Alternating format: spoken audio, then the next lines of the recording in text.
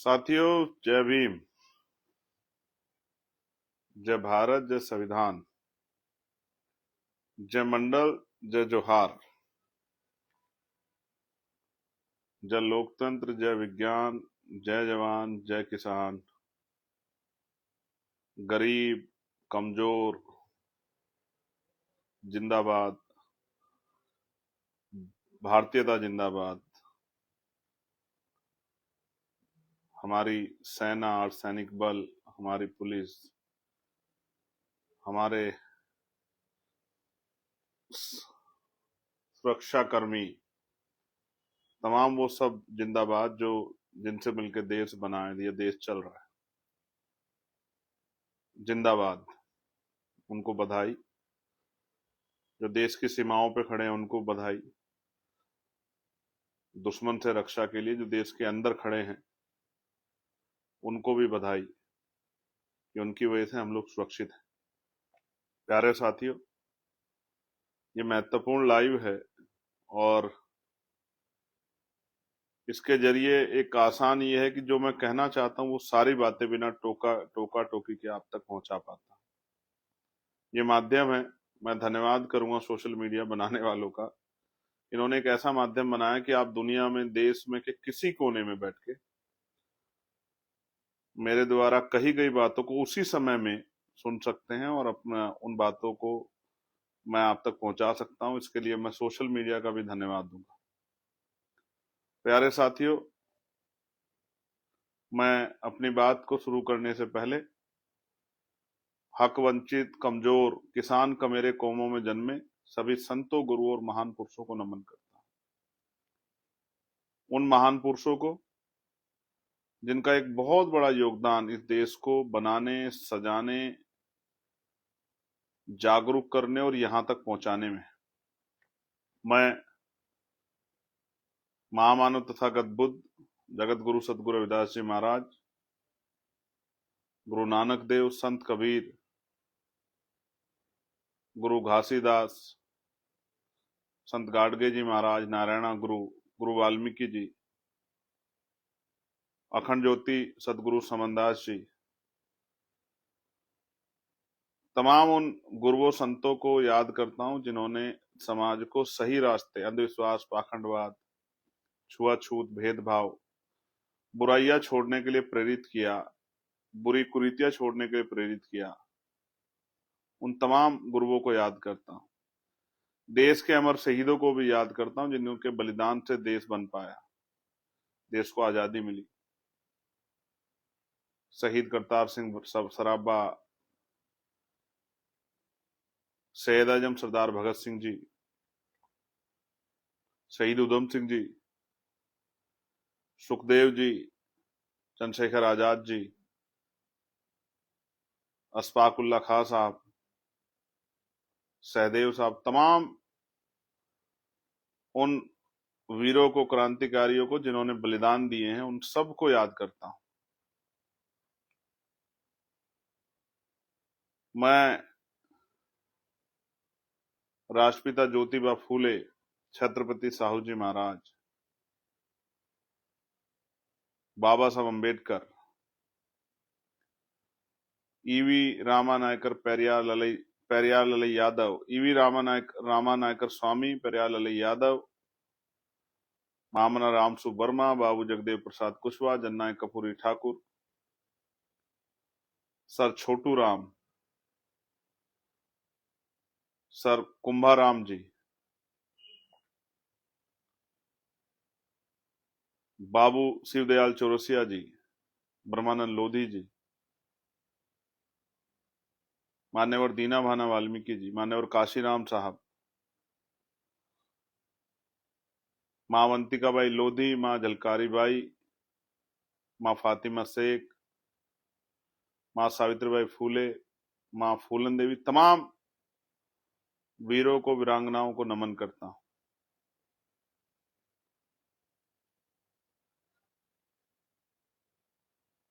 मैं हकवंचित समाज के मजबूत, सशक्त पहरेदारों में महाराजा बिजली पासी, मावदा देव पासी, महाराजा लाखन पासी, तमाम उन वीरों को, कोतवाल धन सिंह गुर्जर साहब,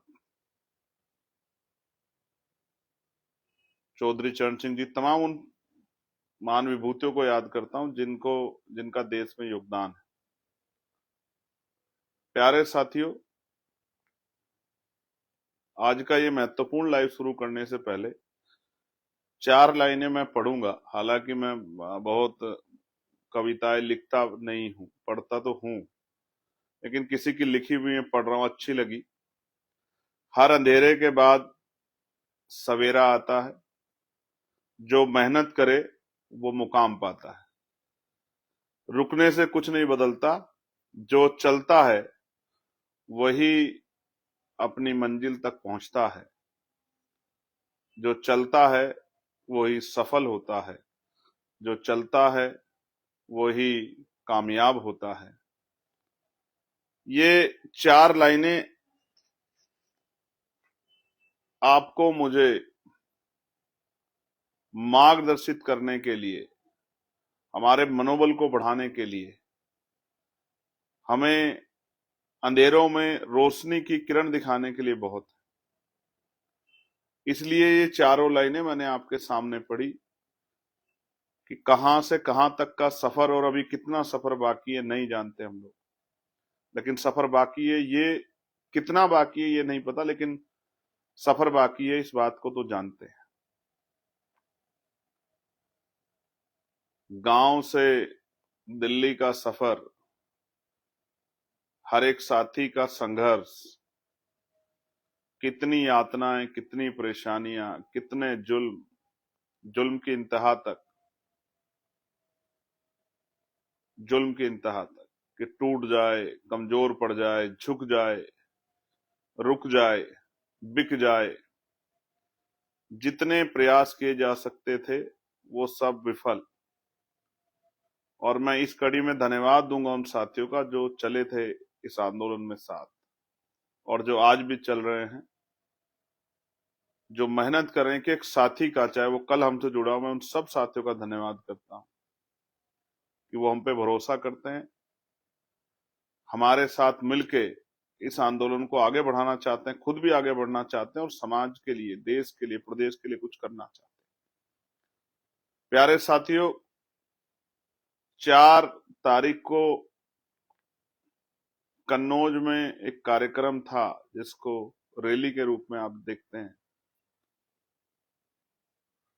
और मैं दिल से धन्यवाद करना चाहता हूं उस पूरे कार्यक्रम की आयोजक टीम का, एक एक साथी का, भाइयों का, बहनों का, बड़े बुजुर्गों का, माओ का, दादियों का, जो आशीर्वाद देने आई।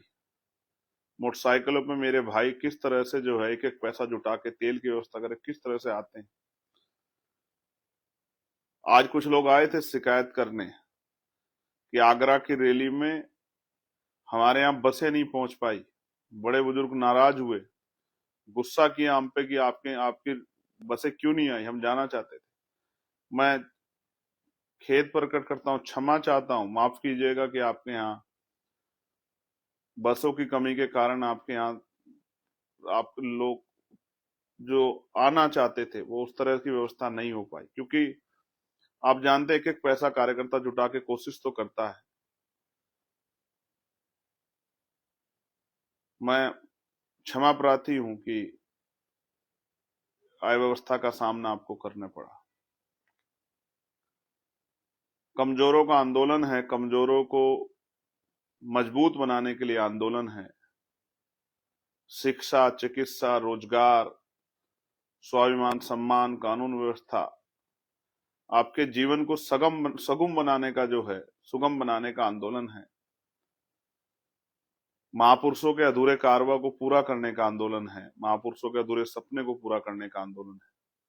कुछ कठिनाइयां तो आएंगी। जिस आजादी की इच्छा आप मन में रखते हैं वो इतनी आसानी से नहीं मिलेगी, उसके लिए कुछ तो कष्ट उठाने पड़ेंगे, बलिदान देने पड़ेंगे, कुछ संघर्ष तो करना पड़ेगा। तो प्यारे साथियों, कन्नौज में 2 दिन पहले स्थान बदला गया।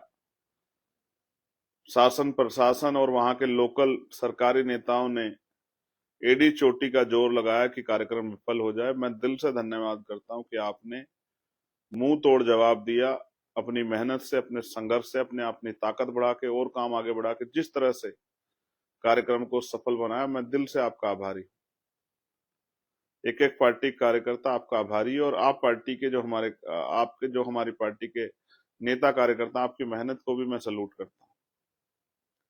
भीम आर्मी, आजाद समाज पार्टी और जो हमारे सहयोगी संगठन है आंदोलन के अनुसांगठिक, उनका भी मैं धन्यवाद करता हूँ। मिशन 78 के साथियों का, लीगल सेल के साथियों, किसान भाईचारे के साथियों का, जो भाईचारा का समिति है उनके साथियों का, सबका मैं धन्यवाद करता हूँ।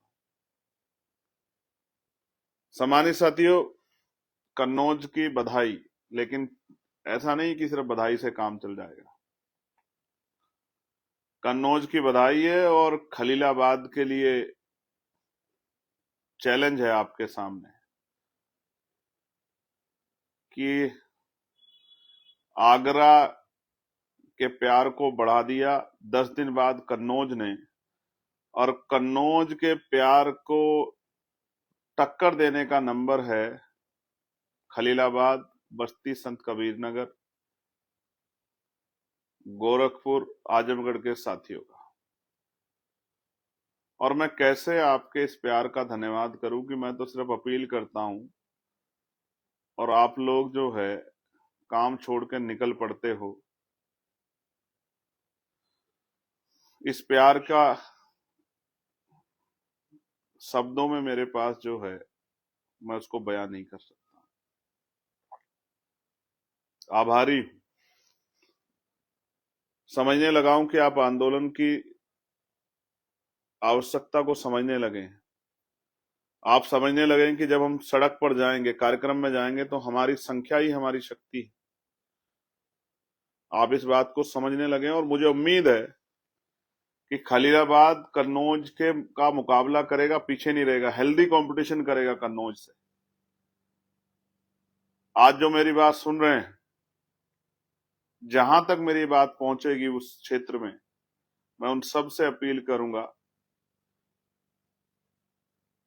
कि हमने अपना काम किया है और अपना काम करेंगे जब तक लहू का आखिरी कतरा रहेगा। संघर्ष महापुरुषों के विचारधारा को, मिशन को, लोगों को जागरूक करने का जारी रहेगा। लेकिन आपको भी अपने रोल को अदा करना है, आपको भी अपने काम को करना है, आपको भी अपनी शक्ति का प्रदर्शन करना है, आपको भी आके मनोबल बढ़ाना है, आपको भी जालिम हुकूमत को सरों से जवाब देना है कि आप उनका मुकाबला करने के लिए, उनको हरा कर घर बिठाने के लिए तैयार हैं। मैं अपील करता हूं कि खलीलाबाद में 8 तारीख को रविवार के दिन जो कार्यक्रम है वो कन्नौज से मुकाबला कर पाओगे नहीं कर पाओगे देख लेना आप लोग अपने आप। और मेरा विश्वास है कि जब मुकाबले की बात आती है तो फिर तो आप चैलेंज स्वीकार कर ही लेते हो, लेकिन ये हेल्दी चैलेंज। आपसे 8 तारीख में मुलाकात होगी, मजबूत मुलाकात होगी। सड़कें कभी सूनी नहीं छोड़ी, पार्लियामेंट में जब से आपकी आवाज को उठाने में कभी कोताही नहीं बरती। मीडिया का मंच हो या कोई और मंच हो, जहां आपके हक अधिकार की बात आई, कभी कोई समझौता नहीं किया, कभी पीठ नहीं दिखाई। अब आपकी जिम्मेदारी कि आप खलीलाबाद के कार्यक्रम को कितना शानदार बनाते हो। प्यारे साथियों, एक महत्वपूर्ण जानकारी आपको ये देनी है कि एसआईआर का कार्य चल रहा था और अभी बहुत बड़े पैमाने पे आपत्ति या फॉर्म 7 के रूप में दर्ज हुई। कई जगह इस तरह के फॉर्म भी देखे गए हैं जहां एक एक आदमी ने एक एक दिन में 100 फार्म भर के भेज दिए हैं, आपत्तियां दर्ज करा दी है बहुत सारे नामों पे। और जब सर्च कराया गया, इंफॉर्मेशन इकट्ठा की गई, तो पता लगा कि जिस आदमी के साइन है उसने मना कर दिया कि भाई मैंने तो साइन ही नहीं किए, मेरे साइन ही मेरी पासबुक से मिला लो आप। इस तरह की चीजें, बड़ी चिंता जो है, जब लोकतंत्र पे चिंता आती है, लोकतंत्र पे हमला होता है, वो लोगों की वोटों को रोकने का प्रयास किया जाता है, ये एक बड़ी चिंता पैदा करती है कमजोर हक वंचित समाज में, जिनको महापुरुषों ने वोट के अधिकार को, जिनको हथियार बताया, जिनको जिनको जो तैयार हुए हैं हथियार का से शक्ति बनाने के लिए। तो मैं, और एक और चीज, जो 2027 में 18 साल होंगे उनके लिए भी फॉर्म भरे जा रहे हैं कि वो भी अपनी वोट बनाने के लिए फॉर्म भरें। मैं आपसे अपील करता हूं, एक भी वोटर ऐसा नहीं होना चाहिए जो बालिग हो जाएगा 2027 में उसकी वोट ना बने। ऐसी जो है जानकारी मुझ तक पहुंची है। मैं आपसे अपील करता हूं कि इस जिम्मेदारी को आप उठाएं और करके दिखाएं, करके। एक भी वोट है, वोट हमारी सबसे बड़ी शक्ति है। ये वोट बाबा साहब अम्बेडकर के 4-4 बच्चों की कुर्बानियों से हमें मिली, उनके जीवन संघर्ष से हमें मिली। ये वोट हम छीनने नहीं देंगे किसी को, कोई हो, चाहे सत्ता में कोई होता, विपक्ष में कोई होता, सत्ता में जिनकी जगह कोई और भी होता, कोई फर्क नहीं पड़ता है। वोट हमारा हथियार है, हमारा अधिकार है, हमारी शक्ति है, हमारी पूंजी है। महापुरुषों का आशीर्वाद है, इसको हम लोग छीनने नहीं दे सकते किसी को। इसलिए मैं आपसे कह रहा हूं कि हर परिवार का नौजवान वो अपने वोट को, अपने परिवार के वोट की रक्षा सुरक्षा करने की जिम्मेदारी स्वयं उठाए। किसी मसीहा की, किसी नेता की, किसी पदाधिकारी, किसी कार्यकर्ता का इंतजार मत करे। वो खुद से स्वयं से जिम्मेदारी उठाए कि एक भी वोट कटनी नहीं चाहिए, और जो वोट बनने वाली है उसको बनवाने का काम करें, अपनी जिम्मेदारी को खुद अदा करें। क्योंकि जितना हम लोग कर सकते थे उतना हम लोगों ने किया, लेकिन जो बाकी बचा है वो आपको करना है। इसके लिए भी मैं आपको आग्रह कर रहा हूं। और एक अभी यूजीसी का मामला है। यूजीसी पे कौन कहां खड़ा था ये आपने देखा।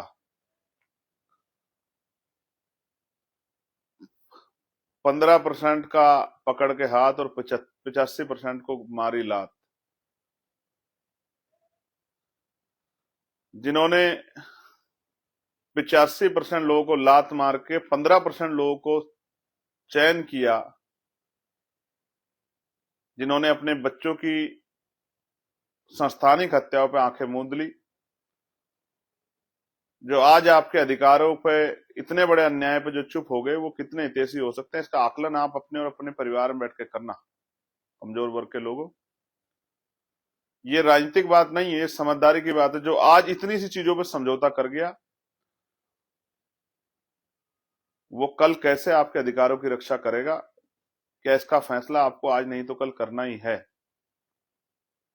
मैं बहुजन समाज के बच्चों से कहना चाहता हूं, SC ST OBC के बच्चे, जो पढ़ने वाले बच्चे हैं, अपना फ्यूचर बनाने के लिए गए हैं यूनिवर्सिटियों में, कॉलेजों में, उनसे कहना चाहता हूं, मैं चंद्रशेखर आजाद, आजाद समाज पार्टी, भीम आर्मी की तरफ से आपसे कहना चाहता हूं, आप आंदोलन ना करें, आप अपनी पढ़ाई पे ध्यान करें,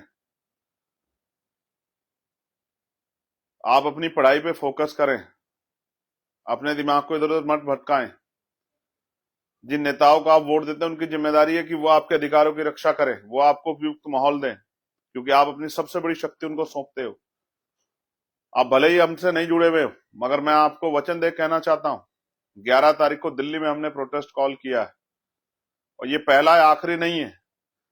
अगर हर महीने प्रोटेस्ट करना पड़ा तो हर महीने प्रोटेस्ट होगा, हर प्रदेश में प्रोटेस्ट होगा, राजधानी पे जरूरत पड़ी हर जिले पे तो हर जिले पे प्रोटेस्ट होगा। लेकिन अपने बच्चों को, अपना जो भविष्य तैयार हो रहा है यूनिवर्सिटियों में, उनकी संस्थानिक हत्या हम लोग नहीं होने देंगे। इस बात का मैं आपको विश्वास दिलाता हूं। इस सरकार से नहीं, दुनिया की किसी भी शक्ति से लड़ना पड़ेगा आपके अधिकारों के लिए, तो लड़ाई लड़ी जाएगी, मेरी बात को आप याद रखना। अगर यमराज से भी, हालांकि ये कहीं होते नहीं है, लेकिन अगर ये कहीं होते तो उनसे भी लड़ना पड़ता, अपने बच्चों को, अपने आने वाले भविष्य को, जो समाज का ब्रेन, समाज की शक्ति तैयार हो रही है कमजोर वर्गों की, उन बच्चों के भविष्य को संभालने के लिए लड़ना पड़ता, तो लड़ा जाएगा। मैं आपको विश्वास दिला कहना चाहता हूं, आप पढ़ाई करें, आप अपना ख्याल रखें, अपना 100% अपनी पढ़ाई को दें। आपके अधिकारों की रक्षा करने की जिम्मेदारी आपके इन भाइयों ने उठाई। किसी प्रोटेस्ट में आपको परेशान होने की जरूरत नहीं पड़ेगी। जब तक हम लोग हैं, सड़कें सुनी नहीं रहेंगी, मैं आपको विश्वास दिलाता हूं। ये मेरा आपसे कमिटमेंट है, अपनी पार्टी और अपने संगठन के माध्यम से। हमने ये रास्ता आपके अधिकारों की सुरक्षा के लिए, और आपको जो है स्वाभिमान सम्मान का जीवन और अधिकारों के साथ दिलाने के लिए रास्ता चुना है। सत्ता की कुर्सियों पर बैठने के लिए नहीं चुना है। ये रास्ता कांटों भरा रास्ता, जिसमें अपमान है, जिसमें आरोप है, जिसमें षड्यंत्र है, साजिश है, नुकसान है, जेलें हैं, मुकदमे हैं, चोट है, आर्थिक नुकसान है। ये सब चुना गया इसलिए कि आने वाली पीढ़ियां, क्योंकि पिछले पिछले आंदोलन को आप देखो, महापुरुषों ने संघर्ष किया है, तो आज हम लोग तन पे कोट आया है। हम लोगों को ज्ञान हासिल करने का, यूनिवर्सिटियों में जाने का मौका मिला है, कॉलेजों में जाने का मौका मिला है, सम्मान से अपनी बात को रखने कहने का मौका मिला है, और जो अधिकार मिले हैं उन अधिकारों को की वजह से अवसर मिले हम लोगों को कि आज हम जो है इज्जत की जिंदगी जी पा रहे हैं और आपके लिए संघर्ष कर पा रहे हैं। अगर हम नहीं लड़ेंगे तो आने वाली पीढ़ियों का क्या होगा, हम इस बात को समझते हैं। इसलिए मैं चाहता हूं हर अपने भाई से, जो पिछड़े वर्ग के अपने भाई हैं, मैं आपसे कहना चाहता हूं, मेरी बात को आप याद रखना। आप आराम से बैठ के अपनी पढ़ाई करो स्कूलों, कॉलेजों, यूनिवर्सिटियों में। और सिर्फ यही नहीं, IIT, IIM, AIIMS, medical college, कृषि विद्यालय, तमाम वो संस्थान, और आने वाले समय में तमाम उसमें वो प्लेसमेंट जो ऑफिस हैं, वर्क क्षेत्र है, जहां पर कास्ट बेस्ड डिस्क्रिमिनेशन हो, तमाम जगहों पे जो है इसी तरह के कानून बना के हम लोग लागू कराएंगे कि हमारे बच्चों को, हमारे समाज के जो हक वंचित समाज के जो लोग हैं, उनके ऊपर किस तरह का अन्याय ना किया जाए, जाति धर्म के आधार पर उनके साथ जुल्म ना किया जाए, उनकी हत्याएं ना, उनको सुसाइड करने के लिए मजबूर ना किया जाए। मैं अपने पूरे पिछड़े वर्ग समाज कहना चाहता हूं, पाल, प्रजापति, कश्यप, सैन, विश्वकर्मा, सैनी, साक्य, मौर्य, केवट, बिंद, राजभर, केवट, मल्ला, तमाम अपने भाइयों को, यादव, गुजर, जाट, तमाम साथियों को कहना चाहता हूं, लोधी को, प्रजापति को, निषाद को, नुनिया चौहान को, तमाम अपने भाइयों को कहना चाहता हूं, शेड्यूल कास्ट के अपने जो है तमाम भाई हैं, तमाम बहनें, उनको कहना चाहता हूं, पढ़ाई पर ध्यान दो, अब अपनी पढ़ाई करो। आपकी लड़ाई लड़ने की जिम्मेदारी हम लोगों ने उठा रखी है, और जब तक हम लोग हैं तब तक आपको सड़कों पर आने की जरूरत नहीं। मैं देख रहा हूं कई यूनिवर्सिटी में आप लोग प्रदर्शन कर रहे हैं और वहां उस तरह की स्थिति पैदा हो रही है, क्योंकि पुलिस सरकार की है। मीडिया पे भी बहुत अघोषित कब्जा उन्हीं का है, स्वतंत्र मीडिया, और कोई बहुत अच्छे लोग, बहुत कम लोग हैं, और गुंडागर्दी है, एडमिनिस्ट्रेशन पे उनके दबाव है, और वो देखने को मिल रहा है, वो देखने को मिल रहा है, किसी छिपा हुआ नहीं है। इसलिए मैं आपसे कह रहा हूं कि आप अपने भविष्य खतरे में डालें, आप अपना पढ़ाई पे ध्यान दें, ये काम हमारे ऊपर छोड़ें। अगर ये भी आपको करना पड़ा तो आपके नेता किस काम आएंगे? वो इसीलिए है कि बस आए चुनाव के समय जाति के आधार पे आपसे वोट मांगे? नहीं, अगर आपके आपके अधिकारों पर अतिक्रमण होगा तो हिला के रख दिया जाएगा उस पूरे सिस्टम को, जो हमारे बच्चों की संस्थानिक हत्या करना चाहता है। और मैंने तो कहा, आंकड़ों के साथ कहा, सरकार ने कहा था कि 80% का बैकलॉग है पिछड़े वर्ग का, 83% का शेड्यूल ट्राइब का बैकलॉग है सेंट्रल यूनिवर्सिटियों में, और 65% का शेड्यूल कास्ट का बैकलॉग है। कितने ही डिपार्टमेंट में कितना कितना बैकलॉग है, एनएफएस करके किस तरह से हमारी सीटों को रिक्त करके, और बाद में उनको जो है रोस्टर से हटा के उनको किस तरह से भरा जा रहा है, कोई किसी कुछ चीज छिपा हुआ नहीं।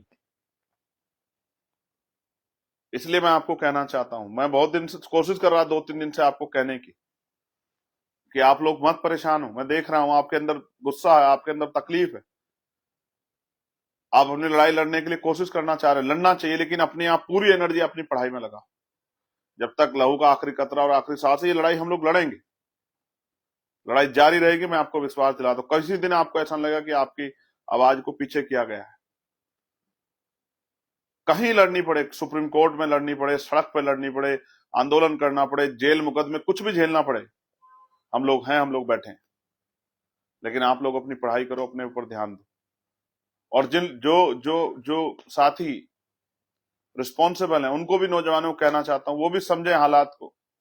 अभी एक अधिकार पे बात आई तो काल्पनिक जो है कहानियां बना के किस तरह से जो है आपके अधिकारों पर अतिक्रमण करने का प्रयास किया गया, कुछ छिपा हुआ नहीं कि भविष्य में ऐसा हो सकता है। लेकिन हमारे तो बच्चों की हत्या हो रही, संस्थानिक हत्या है, वो क्यों नहीं दिखी? उसका दर्द किसी को क्यों नहीं? अभी भी प्यारे साथियों, नौजवानों, संभल जाओ, समझ जाओ, अपने अधिकार बचा लो। आज ये कर रहे हैं, कल आरक्षण खत्म करने की कोशिश करेंगे,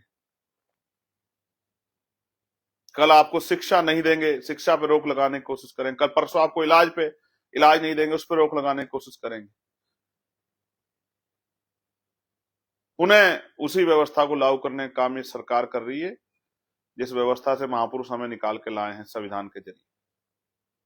मैं नौजवानों से कहूंगा, खूब पढ़ें, खूब ज्ञान हासिल करें, शिक्षा में किसी पीछे ना रहें, नेतृत्व करें समाज का और पहचाने दोस्त दुश्मन में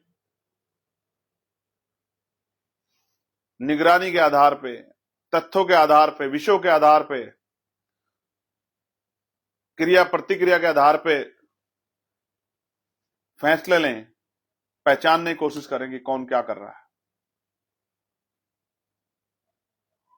इस अकेली चिड़िया पूरे जंगल को जगा के जाएगी, मेरी बात को आप याद रखना। मजबूर कर दिया जाएगा उन लोगों को जो आज किसी ना किसी आप वजह से आपसे हाथ खींच के बैठ गए, उनको मजबूर कर दिया जाएगा वापस इस आंदोलन के लिए में अपनी आवाज उठाने के लिए। आप देख लेना मेरी बात को। मैं अपने भाइयों से, जो छोटे भाई पढ़ रहे हैं, अपनी बहनों से कहना चाहता हूं, दिखाऊंगा, इतना मजबूत आंदोलन करेंगे कि ये सब लोग जो आज चुप हैं कल आपकी बात करेंगे, मेरी बात को याद रखना, क्योंकि इन सबको डर है, आपसे लालच है। इसलिए मैं आपका बहुत धन्यवाद करता हूं, मगर अपना ख्याल रखिए। आप हम इस समाज के लिए, हकवंचित समाज के लिए बहुत कीमती हैं। आपके माँ बापों ने अपना पेट काट काट के आपको पढ़ने के लिए भेजा है। आपको आगे बढ़ के उनको संभालना है, उनकी गरीबी, बेबसी, लाचारी, परेशानी को खत्म करना है, उनकी ताकत बनना है। धन्यवाद। जय भीम, जय भारत, जय संविधान, जय मंडल, जय जोहार, जय जवान, जय किसान, लोकतंत्र जिंदाबाद, विज्ञान जिंदाबाद। आपका भाई चंद्रशेखर आजाद।